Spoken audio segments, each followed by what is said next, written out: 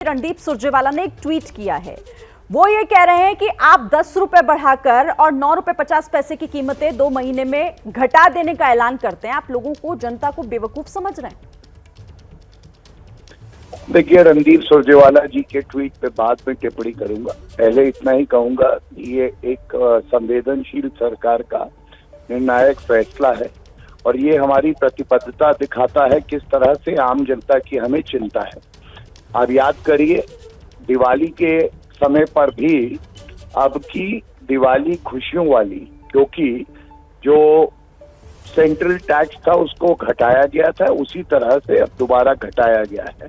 मैं समझता हूँ आम जनता को इससे राहत भी मिलेगी और वो हमारे जो समर्पण है उसको भी देखेंगे।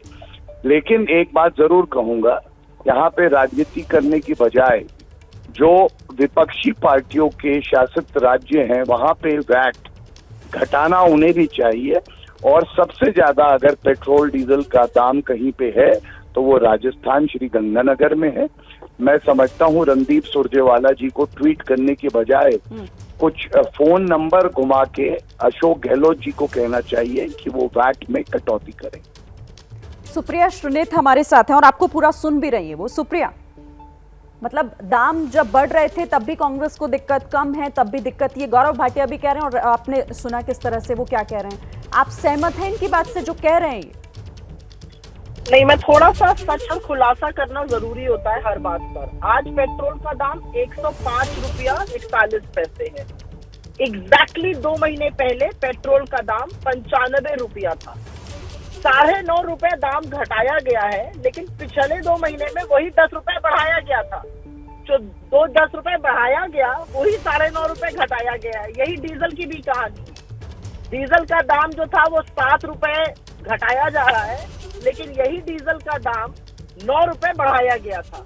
तो दिक्कत की बात यह, और यही 200 रुपए पिछले 2 महीनों में रसोई गैस का दाम पहले 150 और फिर 50 रुपया बढ़ा, उसी को घटाया जा रहा है। कोई फ्रेश यहाँ पर रिलीफ नहीं आ रही है। तो देखिए, प्रत्यक्षम किन प्रमाणम, आंकड़ों से अगर बहस हो और फिजूल की इधर उधर जबानी जमा खर्ची ना हो तो वो आपको असलियत बता देगी। और असलियत ये है कि आंकड़े बताते हैं कि 2 महीने पहले जहां पेट्रोल का दाम था और जहां डीजल का दाम था वही गया है। वहीं से दाम बढ़े थे 10 रुपए और 9 रुपए, उसी को 9.5 रुपए और 7 रुपए घटाया जाएगा। अभी भी उस दाम पर नहीं पहुंचा है, पहली चीज। और दूसरी इंपॉर्टेंट चीज मैं ये कहना चाहती हूँ, जिसको थोड़ी बहुत भी समझ होगी फ्यूल एक्साइज ड्यूटी स्ट्रक्चर की, वो ये जानेगा कि एक्साइज जब घटेगी तो वैट अपने आप घटेगा, क्योंकि वैट एड वैलोरम टैक्स है। वो डीजल डीलर के कमीशन पर, डीलर प्राइस पर और एक्साइज ड्यूटी पे निर्भर करता है। तो अगर एक्साइज ड्यूटी घटाई जाएगी तो वैट अपने आप कम होगा। जिसको इतनी अकल होगी वो ये बात समझता है। लेकिन मेरा सिर्फ ये कहना है, आज हम आशा कर रहे थे कि सरकार वाकई में एक बढ़त करके हासिल करेगी और इसको घटाएगी, लेकिन सरकार ने 2 महीने पहले की यथास्थिति कर दी है। एक और बात मैं यहाँ पे कहना चाहती हूँ और ये इम्पोर्टेंट है, ये जो घटाया गया है ये बेसिक एक्साइज घटाया गया है, जो कि राज्यों के साथ साझा होता है। जो राज्यों के साथ साझा नहीं होता है, स्पेशल और एडिशनल, वो नहीं घटाया गया है। ये भी देखिए आप छल यहाँ पर, वो सिर्फ 13 बार बढ़ाया गया। जब घटाने का नाम आया तो वो कॉम्पोनेंट घटाया गया जो राज्यों के साथ साझा होता है। तो कहीं ना कहीं थोड़ा सा छल है, पर ठीक है, अच्छी बात है। 2 महीने पुराने दाम तो चलिए पहुंचेंगे। अब आशा करते हैं कि अगले 10 दिनों में फिर से 10 रुपए बढ़ा नहीं दिया जाएगा और स्थिति जस की तस हो जाएगी जैसे कि पहले हुई थी। एबीपी न्यूज पर एक स्पेशल रिपोर्ट के साथ मैं प्रीति दहिया आपके सामने हाजिर हूं। ज्ञानवापी मस्जिद क्या एक प्राचीन शिव मंदिर की जगह बना है? ये एक विवादित मुद्दा है और इस पर अब सुप्रीम कोर्ट ने कहा है कि वाराणसी की डिस्ट्रिक्ट कोर्ट ही सुनवाई करेगी। लेकिन जब भी इस मामले का फैसला आएगा तब 14, 15 और 16 मई को इस मस्जिद परिसर का जो सर्वे हुआ उसकी रिपोर्ट बहुत अहम रहेगी। उस रिपोर्ट में, उस सर्वे में खुद थे हिंदू पक्ष के जो वादी हैं, जो वकील हैं, हरिशंकर जैन जी और उनके बेटे विष्णु जैन, जो हमारे साथ आज स्टूडियो में मौजूद हैं। उन दोनों से इस मस्जिद परिसर के सर्वे के दौरान उनकी आंखों देखी क्या रही वो जानेंगे। तो मैं शुरुआत आपसे करती हूँ हरिशंकर जैन जी। आपने, बहुत शुक्रिया एबीपी न्यूज पर आए। आपकी तबीयत कुछ नासाज रही है पिछले दिनों, लेकिन पहले दिन जब आप गए सर्वे के लिए, उस तारीख को आपने क्या देखा पहली बार? देखिए, बैरिकेडिंग से हम लोग अंदर गए जी। अंदर जाने के बाद एक तहखाना जो कि मुस्लिम्स के कब्जे में था, वो लोग कहते हैं, वो खोला गया। उस तहखाने के अंदर बहुत काफ़ी गंदगी और सड़न ऐसी भी चीज़ थी। फिर भी हम लोग अंदर गए, टार्च से और रोशनी से देखा गया तो जो खंबे हैं उन पर संस्कृत के श्लोक लिखे हुए हैं, मगरमच्छ है और कई देवी देवता के चिन्ह वहाँ पर मिले।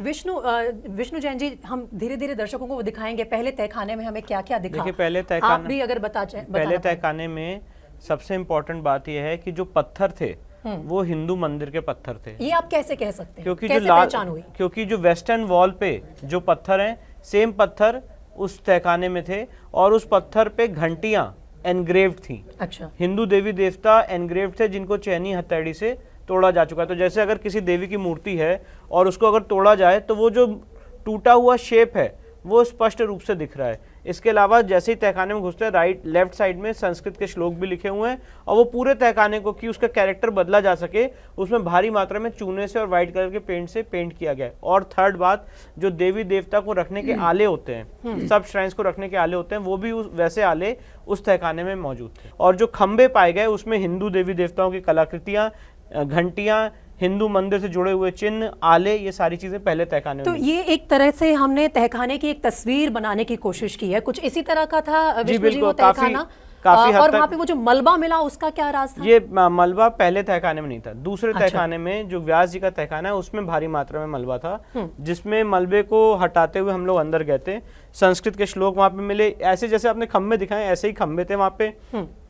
हिंदू देवी देवताओं के चिन्ह थे, पान के पत्ते थे, कमल का फूल था, शंख, चक्र, गदा, स्वास्तिक, ये सारी चीजें इन तहखानों में मिली। हरिशंकर जैन जी, जब मुस्लिम पक्ष इस सब के बारे में बात करता है तो वो कहता है कि हम कितने समय से ये सब जो है इसको एक मस्जिद परिसर के तौर पर इस्तेमाल कर रहे थे, और पहले के ज़माने में जो पत्थर होते थे उन पे वैसे भी नक्काशी होती थी, तो कहीं ना कहीं से कोई पत्थर आया होगा नक्काशी वाला, इसीलिए वो मस्जिद में लग गया। इस बात पर कितना आप यकीन रखते हैं? कोई एक पत्थर लग जाएगा, या पत्थर और जो पिलर्स हैं उनकी भरमार है, आले हैं, संस्कृत के श्लोक हैं, टूटी मूर्तियां हैं, जो देवी देवताओं के चिन्ह हैं, स्वास्तिक के चिन्ह हैं, त्रिशूल है, डमरू है, ये सारी चीजें वहाँ पे एक साथ मिली कैसे आ हैं। जाएंगी? मस्जिद के अंदर, जो मस्जिद के अंदर चीजें मिली हैं, वहाँ पे 25 से 30 आले मिले हैं और उन आलों पे स्वास्तिक के चिन्ह, डमरू, त्रिशूल और क्या कहते हैं, विभिन्न मात्रा में देवी देवताओं के चिन्ह मिले हैं। मस्जिद के अंदर जो वेस्टर्न वॉल पे आपको कलाकृति दिख रही, सेम कलाकृति मस्जिद के अंदर की पूरी ऊपर की दीवारों पे है। तो 14 तारीख को जो सर्वे हुआ जी, उस दिन आप वहां मौजूद थे जी। उस दिन तहखाने खोले गए, तहखाने खोले एक के गए। बाद एक कितने तहखाने खोले गए? 4 तहखाने खोले गए थे। ये आप जो हम स्थिति यहाँ पे डिस्कस कर रहे हैं, पहले 2 तहखाने की है और बाकी के जो 2 तहखाने हैं वो पूजा में जो फूल वगैरह दिए जाते थे उसके लिए दुकानें थी, जिनको अभी बंद कर दिया गया था। अच्छा, तो ये तो है तहखानों का रहस्य। एक तहखाने में हाँ, ऐसा शक है कि एक सुरंग है। अच्छा, ये आपको शक है? हमको नहीं, बहुत लोगों को शक है। अच्छा, जो लोग वहाँ मौजूद चौथा थे। तहखाना, 4th। चौथा तहखाना जो है, सुरंग का क्या राज है? एक वहाँ दीवार दिख रही खड़ी हुई है, थोड़ी रोशनी सी आ रही है, तो ऐसा लगता है कोई सुरंग गई है। अब उसकी ज़्यादा छानबीन की जाए तब सच्चाई आएगी सामने। लेकिन क्या सुरंग का भी किसी हिंदू मंदिर से कुछ कनेक्शन हो सकता वो है? सुरंग अगर है तो दशाश्वमेध घाट तक गई है। अच्छा, जो गंगा जी नहाने के लिए लोग जाते हैं। अच्छा, तो ये जाते भी थे। एक संभावना हो सकती संभावना है। है, ऐसी संभावना है। ठीक है, लेकिन ये जो इस वक्त आपके फ्रेम में ये जो स्तंभ नजर आ रहे हैं, ये जो पिलर नजर आ रहे हैं, बिल्कुल आपने बहुत हाँ, अच्छे ग्राफिक्स बनाए हैं और ऐसे ही स्तंभ और ऐसे ही पिलर्स वहां पे हमें तहखानों में दिखे हैं, जो साफ तौर से इंगित करते हैं ये मुस्लिम आर्किटेक्चर नहीं है और हिंदू आर्किटेक्चर है। ये बहुत अहम बात बता रहे हैं आप। और साथ ही देखिए, तहखानों का रहस्य अब एक एक करके सामने आ रहा है। जो सर्वे में टीम थी उनके साथ ये दोनों वकील शामिल भी थे, लेकिन तहखानों के बाद जब अगला विवाद का मुद्दा आता है जी, वो आता है वजू खाने का। जब आप वजू खाने में पहुंचे, वहां का निरीक्षण किया, वहां का सर्वे हुआ, तो वहां सबसे पहले आपका शक क्या था और उस शिवलिंग की पहचान कैसे आप कह रहे हैं कि ये शिवलिंग है? ये वो एरिया है जी, यही वो एरिया जहाँ पे ये हमने देखा था। तो सर को रिप्रेजेंट करते हुए मैं गया था और जो मैंने देखा है वो मैं बता रहा हूँ। सबसे इम्पोर्टेंट बात ये है कि इस वजू खाने में इसके जस्ट बगल में कुआं है। वजू खाना? हाँ। ये कुआं है जिसकी हम बात कर रहे हैं? नहीं, ये नहीं, ये नहीं। अच्छा, ये नहीं। हाँ, इस वजू खाने के जस्ट बगल में एक कुआं और है।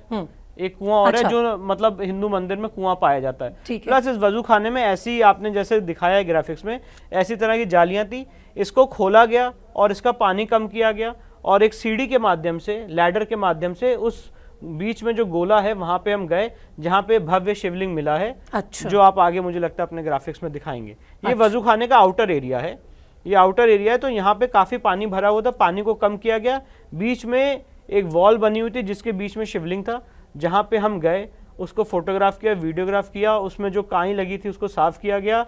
और क्योंकि एडवोकेट कमीशन साहब ने, मुस्लिम पक्ष ने विरोध किया कि अब ब्लीचिंग पाउडर का उपयोग नहीं कर सकते हैं, तो जो शुगर है, पीसी हुई चीनी है, उससे शिवलिंग को साफ किया गया और फिर उसकी वीडियोग्राफी, फोटोग्राफी की गई। अच्छा, तो ये वही पूरा आउटर एरिया है जो वही आप कह रहे प्रांगण हैं, है, वही वही प्रांगण है जहां पर इस शिवलिंग के होने की आप बात कर रहे हैं। लेकिन शिवलिंग को जो मुस्लिम पक्ष के दावेदार हैं वो कह रहे हैं कि ये फव्वारे के लिए बनाया गया था। अब वो आप किस तरह से खारिज करेंगे? देखिए, वही उनकी मैं बात बताना चाहता हूँ।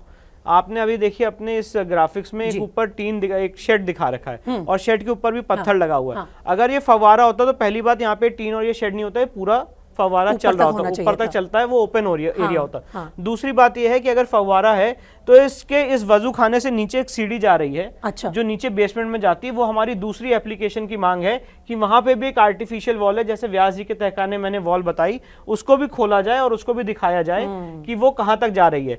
तीसरी बात, अगर फव्वारा है तो फव्वारे में वाटर मैनेजमेंट सिस्टम होता है जो नीचे से फव्वारे से पानी फेंकता है, और शिवलिंग और फव्वारे के बीच में फर्क हम समझते हैं। उसके अंदर एक लकड़ी भी डाली गई थी बहुत पतली सी, जो एडवोकेट कमिश्नर साहब ने अपनी रिपोर्ट में लिखा है कि 63 सेंटीमीटर तक गई, पर मुझे लगता है उसमें टाइपोग्राफिकल एरर है, क्योंकि वो इस हाथ बराबर वो लकड़ी गई थी, इससे ज्यादा वो लकड़ी गई नहीं थी। और जबकि शिवलिंग का साइज जो हमें दिख रहा है 2.5 फीट है, काफी ऊंचा है। हाँ, काफी ऊंचा शिवलिंग है और वो ऐसा लग रहा है काफी नीचे तक जा रहा है, और भी नीचे जा रहा है। इसीलिए हमने कहा कि जो वजू खाने की जो रास्ता नीचे जा रहा है, जहाँ वहां पे हमें जाने दिया जाए और आर्टिफिशियल वॉल्स हैं उसको खोला जाए, क्योंकि वो इस कमीशन का स्कोप नहीं है। अगर कोर्ट आगे ऑर्डर पारित करेगा तो हम वहां पे भी जाएंगे। तो ये है वजू खाने का बाहरी प्रांगण, जिसके बारे में अभी विष्णु जैन जी ने हमें बताया, और यहाँ पर वो शिवलिंग इनके हिसाब से है जिसकी जस्टिफिकेशन जो दे रहा है मुस्लिम पक्ष, वो कहीं ना कहीं सटीक नहीं बैठती है। और फव्वारे के जो डायमेंशन होते हैं, सबसे बड़ी बात ये होती है कि फव्वारे के ऊपर कभी भी शेड नहीं होता। जिस शेड का जिक्र कर रहे हैं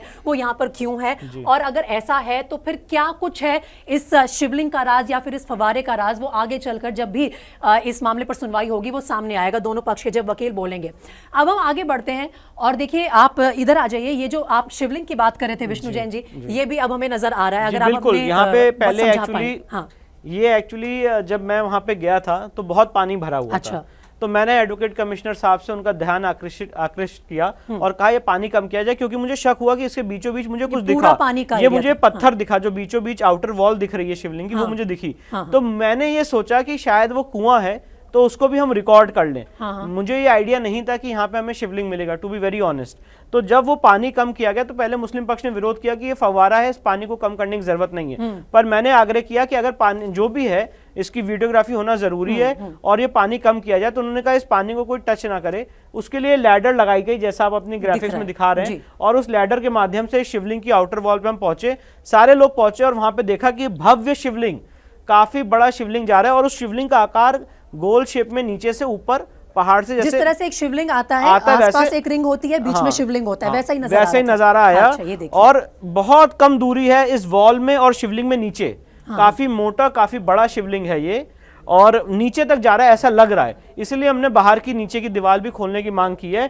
और इस शिवलिंग पे ऊपर जो आप अभी दिखा रहे हैं अपने ग्राफिक पे, ऐसा लग रहा है कुछ सीमेंट टाइप की चीज, ये जो सफेद चीज है, ये जो सफेद चीज है, ऐसा लग रहा है कुछ सीमेंट टाइप की चीज ऊपर रखी हुई है, जो 5 खानों में कटी हुई है। वो क्यों है वो मुझे भी नहीं पता, क्योंकि ये चीज तो उनके पोजीशन में थी।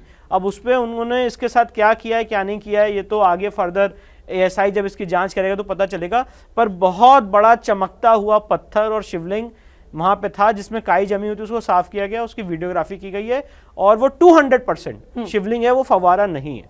चलिए, तो यही वो जगह है। ऐसा ही एक शिवलिंग जो है, विष्णु जैन कह रहे हैं कि दूसरे दिन के सर्वे में उन्होंने देखा, जिस दिन हरिशंकर जैन जी की तबीयत खराब थी और आप नहीं जा पाए थे वहां पर। लेकिन एक भव्य शिवलिंग होना अपने आप में एक प्राचीन शिव मंदिर के होने का बहुत बड़ा संकेत माना जाता है। बहुत बड़ा संकेत है। और ऐसी चीज निकल आई है कि जनता का पूरा ध्यान पूरे देश का शिवलिंग पर है, और देश की जनता यहाँ पूजा करना चाहती है। डिमांड उठ रही है कि हम शिवलिंग की पूजा करेंगे।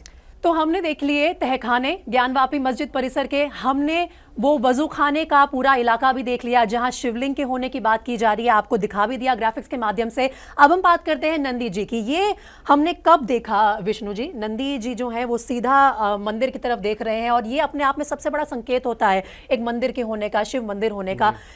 नंदी का जो रहस्य है, जो इसके पीछे की कहानी, वो बताइए। देखिए, सबसे इम्पोर्टेंट बात यह है कि जो पहला सर्वे जब ऑर्डर हुआ था 6 और 7 तारीख को, जिसमें अजय कुमार मिश्रा एडवोकेट कमिश्नर थे, तो आउटर एरिया का सर्वे किया गया था। जब आउटर एरिया का सर्वे किया गया तो उसके दूसरे दिन ये नंदी भगवान हमें दिखे।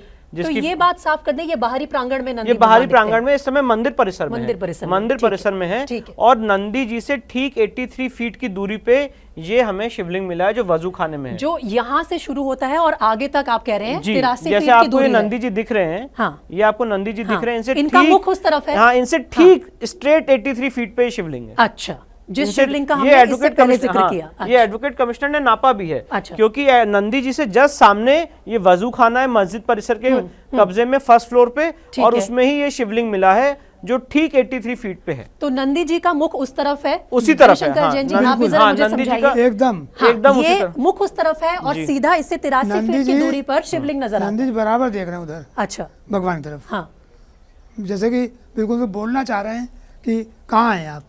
और इसका धार्मिक महत्व है। नंदी होते देखिए, हैं, आपको किसी भी शिवालय में या में। किसी भी हिंदू मंदिर में ऐसा नहीं होगा कि नंदी जी शिव जी की तरफ ना देखें, वो हमेशा शिव जी की तरफ देखते हैं। और यहाँ पे भी नंदी जी शिव जी की तरफ देख रहे हैं जहाँ पे शिवलिंग मिला है। तो जहां तक मैं समझ पा रही हूँ, इस वक्त ज्ञानवापी मस्जिद परिसर जो है वो इस जाली के पीछे है और बाहरी प्रांगण में नंदी जी हैं जो कि शिवलिंग की तरफ आपके हिसाब से देख रहे हैं 83 फीट की दूरी पर। ठीक है। और ये आप कह रहे हैं हरिशंकर जी कि इससे बड़ा और कोई प्रमाण नहीं हो सकता कि ये पहले एक मंदिर था और नंदी जी बाहर रह गए, लेकिन मंदिर का जो वो शिवलिंग वाला हिस्सा था उस पर मस्जिद बन गया। जी। और जिस जगह पर आज वो तथाकथित नमाज पढ़ रहे हैं अपने हिसाब से, उसके ऊपर शिखर है, उसके ऊपर भी शिखर है। अच्छा, हिंदू मंदिर का शिखर है और शिखर के ऊपर बहुत बड़ा गुम्बद रख दिया गया है।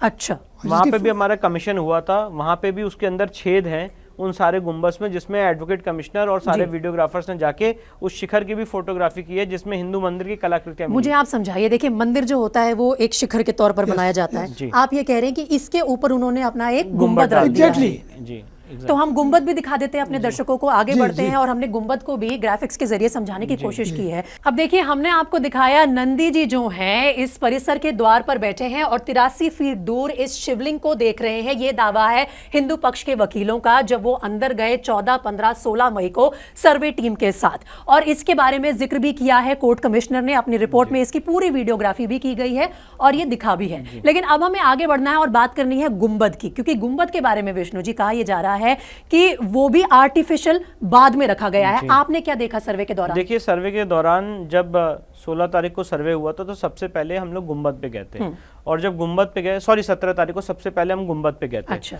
और जब गुंबद पे हम लोग गए तो गुंबद में काफी एक तरह का होल था, तो जिसके अंदर आप जा सकते हैं। और जब उसके अंदर गए तो उसके नीचे एक गुंबद मिला जो हिंदू मंदिर का शिखर था, जिसको काट दिया गया है शिखर को, और उसके ऊपर ये गुंबद रख दिया गया, जिसमें आज भी कमल की कलाकृति और ये सारी चीजें मिली, और वही लाल पत्थर मिला जो मस्जिद के वेस्टर्न साइड पे मिलता है। तो ऐसा हमारा ये कहना है, इसके पीछे हमारा कंटेंशन ये है कि किसी भी मस्जिद में आपको ऐसा नहीं होगा कि गुंबद के नीचे गुंबद मिलेगा। अगर आप किसी भी मस्जिद में अंदर से खड़े होंगे तो आपको मस्जिद का जो गुंबद है वो प्रॉपर दिखेगा, पर इस मस्जिद में ऐसा नहीं है। यहाँ पे आपको जब आप मस्जिद के अंदर से देखेंगे तो आपको जो आउटर गुंबद है वो नहीं दिखेगा, क्योंकि वो ऑलरेडी एक गुंबद से ढका हुआ है जो हिंदू मंदिर का। अच्छा, तो मैं अपने दर्शकों को एक बार समझाना भी चाहती हूँ और आपसे खुद भी समझना चाहती हूँ। जो मंदिर होता है उसका एक शिखर होता है। आप ये कह रहे हैं कि उसे काटकर उसके ऊपर एक गुंबद रखा गया है, तो जब आप अंदर से देखते हैं तो आपको वो गुंबद साफ नजर नहीं आता, क्योंकि उसके नीचे जो शिखर काटा गया उसके हिस्से नजर आ रहे हैं। एब्सोल्युटली। अच्छा, तो हरिशंकर जी, आप ये बोल रहे हैं कि ऐसा सिर्फ एक उसमें नहीं है, शिखर कई थे, 3 थे। अच्छा, और जो गुंबद है, गुंबद टिका हुआ है पश्चिमी दीवार पर। अच्छा, जो बड़ा वाला मुस्लिम गुंबद है वो पश्चिमी दीवार टिका हुआ है। चलिए, देखिए, इस स्पेशल रिपोर्ट के जरिए हमने सिर्फ ये समझने की कोशिश की है कि सर्वे के दौरान हिंदू पक्ष के वकीलों ने वहां पर क्या देखा। विष्णु जी, और हरिशंकर जी, बहुत शुक्रिया आप एबीपी न्यूज़ पर आए, लेकिन हमारी इस रिपोर्ट के जरिए सिर्फ ये मकसद है कि हम सामने जो सर्वे में देखा गया है वो आपके सामने रखें। बाकी मामला कोर्ट में जी, है ये हमारा और कोर्ट में जो contention है। फैसला होगा वो सबको मानना ये होगा। हमारा कंटेंशन है, ये नहीं कहा जा रहा है कि ये चीज आपका व्यू है, ये हमने जो देखा है ये वो बात बता रहे हैं। बहुत शुक्रिया विष्णु जी और हरिशंकर जी यहाँ आने के लिए और हमारे साथ अपने आंखों देखी शेयर करने के लिए।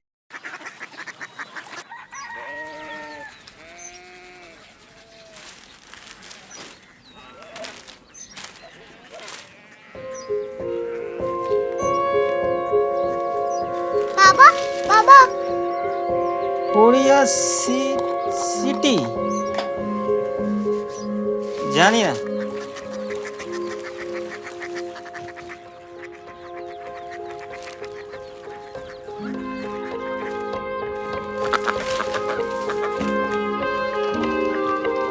Korea city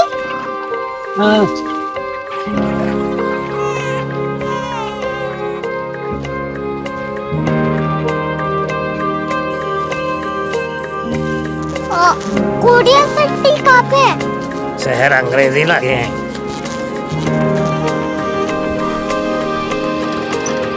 Korea city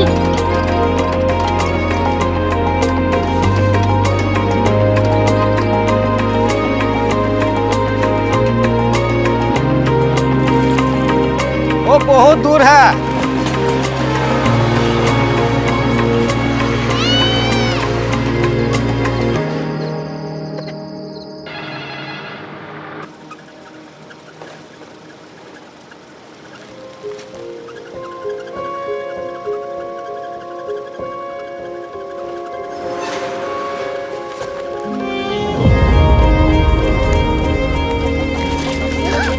Korea city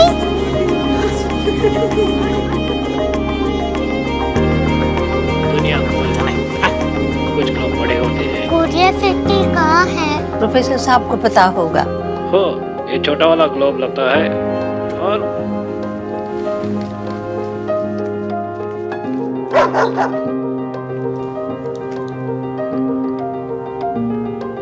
पता नहीं, मेरी बेटी से जाके मिल लो, शायद उसे मालूम हो।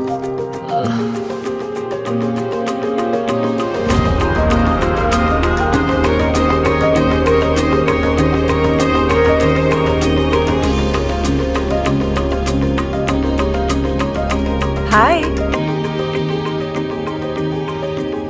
बाबा ने भेजा है। Come here. Korea city Korea city नहीं, क्यूरियोसिटी। वो क्या? That's what brought you here, जो तुम्हें यहाँ तक ले आया। क्यूरियोसिटी